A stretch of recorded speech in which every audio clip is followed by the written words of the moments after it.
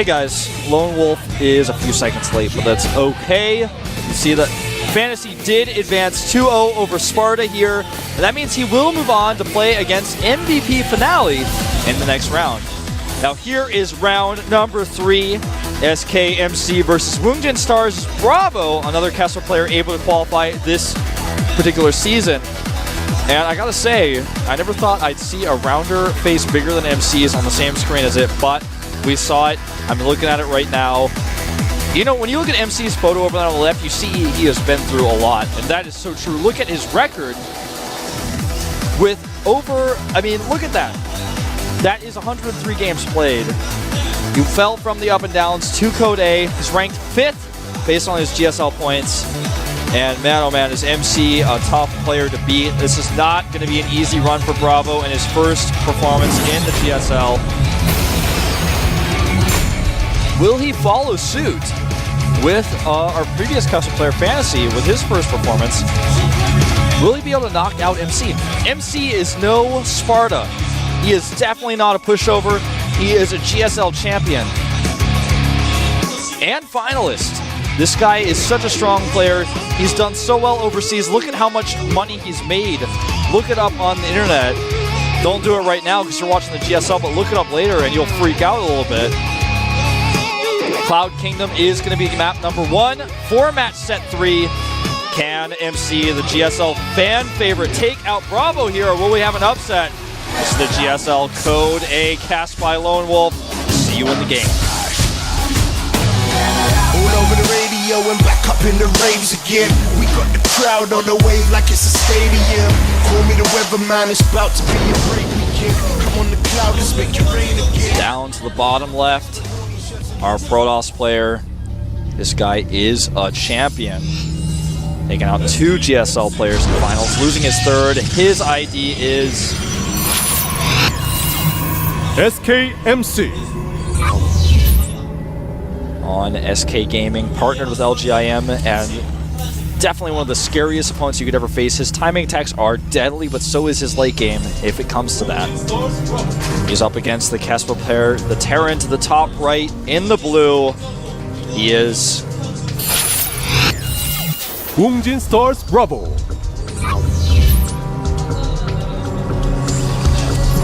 Name starts with a B as in Bravo.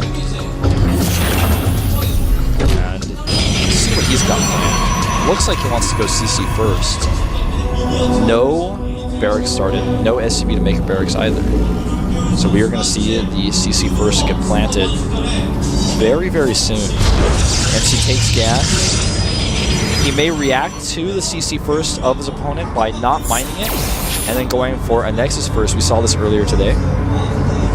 CC first actually on the high ground though. See how MC reacts. He comes in with the probe, probably expecting to be denied a scout, but in reality he gets in, needs to check for that CC, and he will see it.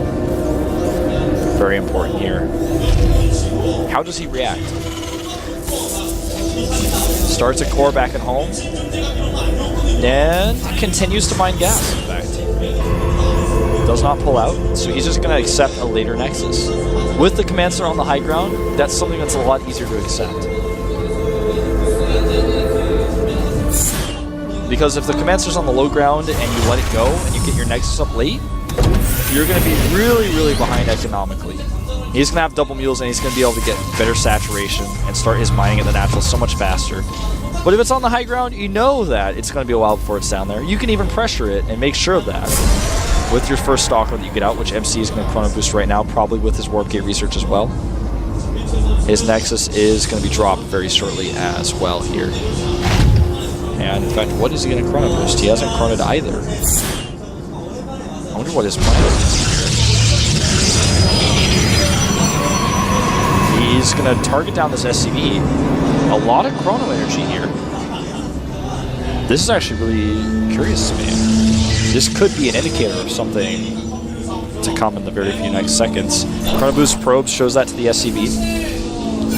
And now the SCV is gone, he adds a second gas. Does not Chrono Boost Warp Gate Research or his Gateway though. So no sort of Nexus cancel or hit before gate or pressure build coming out from MC. Probe does finally get taken out by the Marine. And of course, Bravo wastes no time moving that command center down. But as you can see, now the command center is down and ready. And it's I could talk for 20 minutes probably at least about the differences of what you get and what you lose when the command center's on the low ground and how much it matters, but also how little it matters. It's really complicated, but at the very end of the day, Bravo is not as ahead as he could be. MC is okay with this. He's going for probably Dark Templar tech. We saw this actually earlier today as well. Oh wow, MC loses the Stalker though. That is unacceptable. That's really going to hurt his presence in the early game on this map. Twilight Council is done. And 2 gates as well, definitely indicating Dark Shrine. But no, he goes Blink. This is a good map for Blink, but this build is a little bit strange. Pulls back the Stalker here, and if he had 2 Stalkers, imagine how much easier it would be to defend. A little bit surprised the Marines don't actually go for probes right now. Now he's got 2 Stalkers. He wants to fight it here, but it's not really going to work out too well. Bravo would probably be better off targeting down a few more probes. He's going to get 1 more, at least, maybe 2, yeah? But not 3. 3 worker supply lead, though, for Bravo. Now 4 at 31 to 27. The robotics here is going to be for the Observer to grant MC vision to blink into the main base.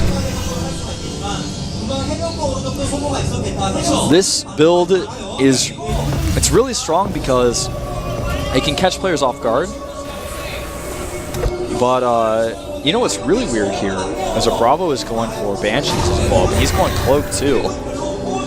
This is exactly what he does not want. You want Marauders against this, and with the fast third command center he's making right now, he has so few units. He's got 2 naked barracks of production, and against the production of Blink Stalkers that MC is going to Chrono Boost out like crazy, he is going to be in so much trouble.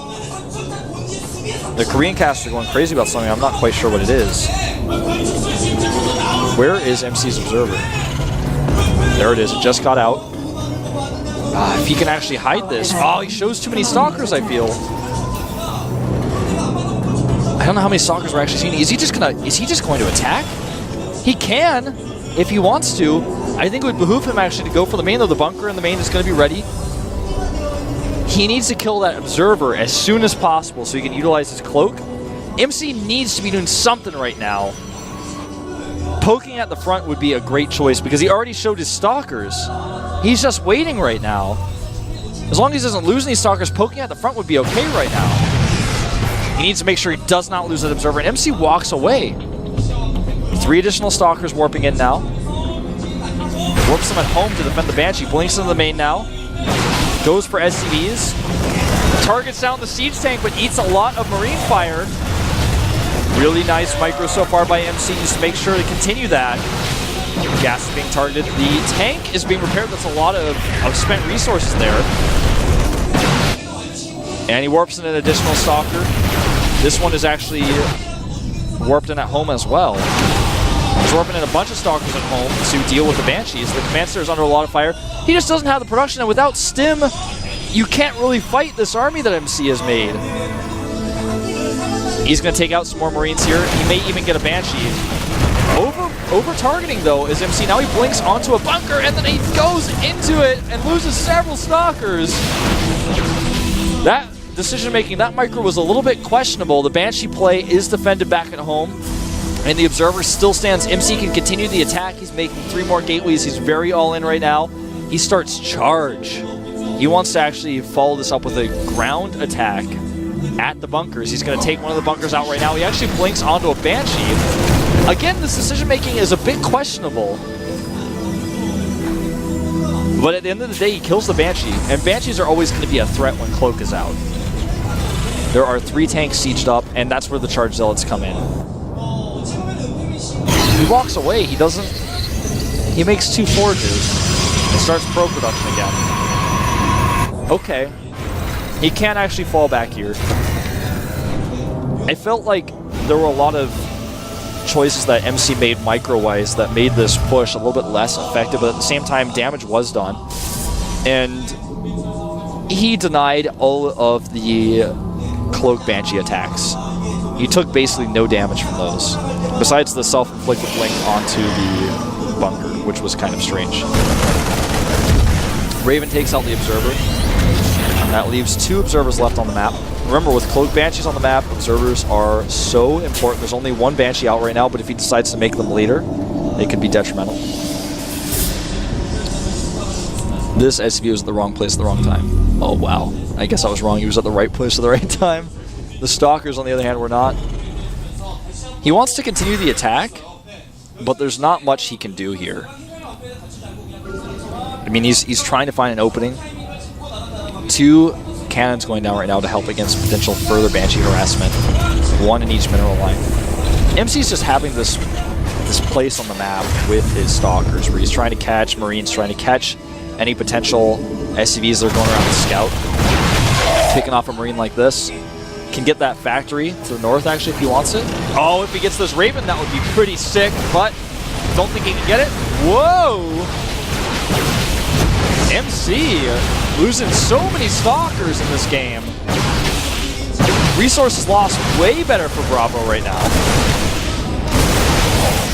I mean, MC's choice of targeting oftentimes has really hurt him. I think we might even lose a Stalker there trying to get the factory that was definitely not going to die. Bravo takes a 20 supply lead here. The upgrades are going into MC's favor at 1-1 now. He's going to be 1-1 ahead of his opponent, and obviously with the Twilight Council he's had up for a really long time, we'll be able to research 2-2. Bravo was able to repair and save his orbital, so it's still alive and he's going to land that as his 3rd. MC, on the other hand, though, already has his 3rd next, finishing up. These Stalkers have to be carefully microed by MC. He loses already another one. I want a lost Stalker count right now. That's what I would love to see. MC's army is getting pretty scary, though. Despite the fact he's lost a lot of Stalkers, the rest of his army, like his Zealots and the Storm he's got coming out here, are going to be very, very useful. That Raven takes out the Observer, and MC, what are you doing? 4 Stalkers lost. Stalkers are not the most critical unit to have in his composition right now, but throwing them away is never a good idea. He finds himself 40 supply down now. He wants to hit this attack with, it looks like 2-2 and Storm, and then potentially some follow-up Archons, but Bravo is just sitting and killing Stalkers. That's why I haven't talked about his play too much. All he's been doing is sitting back and defending. The Raven is so critical. He's got 180 energy on that Raven right now, which means probably by the time MC attacks, if he wants to, he could make 2-point defense drones. Not like MC has any real Stalkers left to worry about those with, though. So many bunkers going down for Bravo. He knows MC is basically like a ram wanting to headbutt him right now. He's going to go in for the attack. Does not actually commit. Another Stalker lost. And I gotta say, MC definitely needs to start being a little bit more careful with his units in this game. But the aggression he's putting on is making Bravo be defensive. Now, if MC had a 4th base to follow this up, this would be even better. But he doesn't quite have the means to do that just yet. And he only has 69 bullets. 2 more Stalkers. Well, 1 escapes barely there. MC ever so generous in this game. This dropship could do some damage, actually. Now, MC is so scary with his army right now. Bravo is still reliant on these siege tanks just a little bit, and he doesn't have a very high Marauder count. He's very Marine heavy. So it's very scary to engage against MC's army right now. That's why he's stuck. That's why he's making all these turrets. He's making 4 turrets right now. He's making a ton of bunkers. This drop is going to be shut down very likely very soon. Oh, those force shields. Oh, and the Storm. MC taking out a lot here and takes the supply lead. Bravo walked down the wrong street. That medevac is so low on health, but he will be able to get out with no Stalkers there. Just imagine what would have happened if MC had given away about 20 of those. This attack by Bravo is going to be shut down as well. That is a very generous medevac. The Archon, 1 blast will do it. Oh! The Archon's blocked by the pylon. He can't get it. Oh, there it goes. So at this point, 2-2 is finishing up for Bravo, but the 3-3 upgrades are getting up there for MC. He's got that supply lead. It's only a slight one as both players reach max here. MC's got the 4th now. Sensor tower here is really nice by Bravo. This way, if he's got the sensor tower and the factory here to spot, there's no way he's ever going to walk out down a choke point and get force fielded out like he did last time. That's just not going to happen. Oh man, MC wants to fight. Right now, he's got 13 High Templar on the map. No, not 3, not 1. Put those two numbers together, you have 13, and that's what he's got. 13 High Templar. Again, good force fields here, but he needs to pull the Zealots back this time. Look at all these Templar. The Ghost count is 8, though, and if he gets good snipes and EMPs, that can change everything. MC needs to make sure he spreads his Templar, unlike what he's doing right now. All of his Templar are in 1 EMP radius. And there's an SCV sack here from Bravo. You guys got to see the remnants of that. Good scan, and picks off some Zealots. The 13 Templar, though, are now down to 12. Oh, the Storm and feedback protects this Nexus. No probes mining over there, though. MC's probe count still at a very conservative 69. As he's maxed out, he can't really produce any more of those. And with the economy he's got right now in the bank he's building, 69 is fine. Although normally not a conservative number. Here comes MC going around the right side. There's nowhere to run for Bravo. He's gotten himself a little bit out of position. A few siege tanks, though, do support, and the EMPs are good. Also, the Storm dodge is good. Bravo takes a supply lead, but MC finds another angle. There's so many Templar here. Oh my god! Those are not a Psionic Storm. That is a Psionic Hurricane that we just saw. Category 5, and MC is in the natural doing damage here. The Immortals taking out that orbital. Bravo's got to find another opening. He will take out the 2 Archons to the south. So many of units on low health, though, and MC is remaxing so quickly with those warp gates. Bravo losing a lot of production right now. MC just showing here that he's going to stop 3-3, in fact. That's really one thing that's going for him in this battle. But he's really showing that even though you can make some mistakes with your opening, you can definitely defend well and play the late game, get good storms. Bravo was too passive, I feel, in this game. Point defense drone here, not very useful. MC needs to get out, though. The units on the high ground are posing a problem for him. There he goes. Now fights away from the units on the high ground, traps the rest of Bravo's units. Now he can pull back with another few warp-ins. He can attack again Bravo's 4th base and take it out. He only has 1 Immortal left, but he has in total right now 33 Zealots, and he's also switching into Colossus tech, which is really going to catch Bravo off guard. He's starting a few Vikings right now, but 2 Colossi at a time are coming out, and that's even with how quickly Bravo is making Vikings. It's just not an ideal situation. MC currently up 20 supplies, adding a few more Templar in as well, and so many gateways. Let me count the gates. It looks like he's got literally 16. Pylon does go down, not too significant though. Just a little bit less vision for MC. He's trying to find angle of attack. The sensor tower makes it a little bit tough. He can't even get around behind the planetary without Bravo knowing about it. The gravitic boosters for the Warp Prism is going to be pretty useful for him as well here though. MC fights the rocks, takes a few hits, but his Zealot count is absurd at 32 right now. He's got the Colossi to back them up and a few Templar. How can Bravo hope to fight this? The army supply is 130 to 131 in Bravo's favor, but the composition seems so much better for MC, especially considering Bravo's upgrades are on 2-2 right now. And here comes another MC Hurricane right now. Drops down on top of those Vikings, and Bravo melts like butter. And MC will take game number 1. Dropping those medevacs down with some feedbacks. There's nothing left here but sorrow, sadness, and carcasses. GG. Dongmentil takes game number 1, takes a swig as well. No celebration. Threw away a lot of stalkers in that game, but was solid enough to stick around regardless at the end of the day. And Bravo definitely has to play a different style, I feel, in game number 2 if he wants to be able to take him out. Not expecting the Stalkers. Stalkers did some damage, not as much as MC would have liked, I feel. And the attack could have done even more, but MC played safely, conservatively, and his presence on the map scared Bravo so much into making bunkers into turtling, while MC took the 4th base, got 12, then 13 Templar out on the map. You have that many Templar on the map, you can make a Psionic Hurricane. This is a pretty tense moment for Bravo. This is his first time in the GSL, and that game looked like he just got rocked.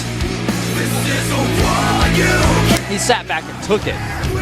He was sitting there on the defensive with bunkers.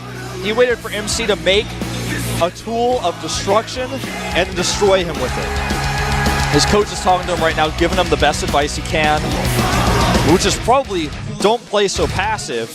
Don't freak out either. You know you're playing against a multi-time champion, 3rd place winner of OSL, done really well overseas. He's very famous worldwide. You even know him from StarCraft 1. But don't get stressed out. Don't be discouraged. In game number 2, anything could happen. Play your game, stick to the plan with your pink mouse, and everything is going to be okay. Looks like we're going to have a re-lobby host. We got kicked out. I'm back in. Map number 2 is Belshir Vestige. Bravo down to his last life here, potentially. Making sure all of his equipment is ready. Both players are ready in lobby now. MC the boss toss, the Obama toss, President Protoss, Kratos Protoss. He's a man of many nicknames, even Suicide Toss. Right now, bouncing up and down. When you see MC bouncing like that in the booth, that means he is ready to go. He's pumped. He's up a game here. Does not want to fall back into Code B. He's been there before. He doesn't like it. And who could blame him? Bravo, though, on the same token. Look at the bottom right of your screen. You see that Code B? That's where he came from. He does not want to go back. Belshir Vestige, he wants to tie things up here in the GSL. Code A, casted again today by Lone Wolf. Over the radio and back up in the raves again. We got the crowd.